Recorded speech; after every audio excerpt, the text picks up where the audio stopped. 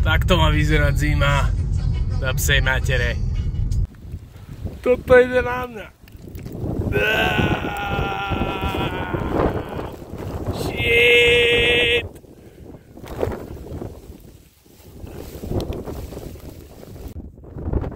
Aspoň slnečko svietí.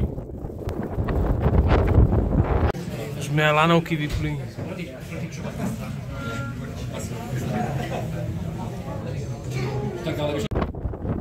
A tak v pohodičke, super deň som si vybral.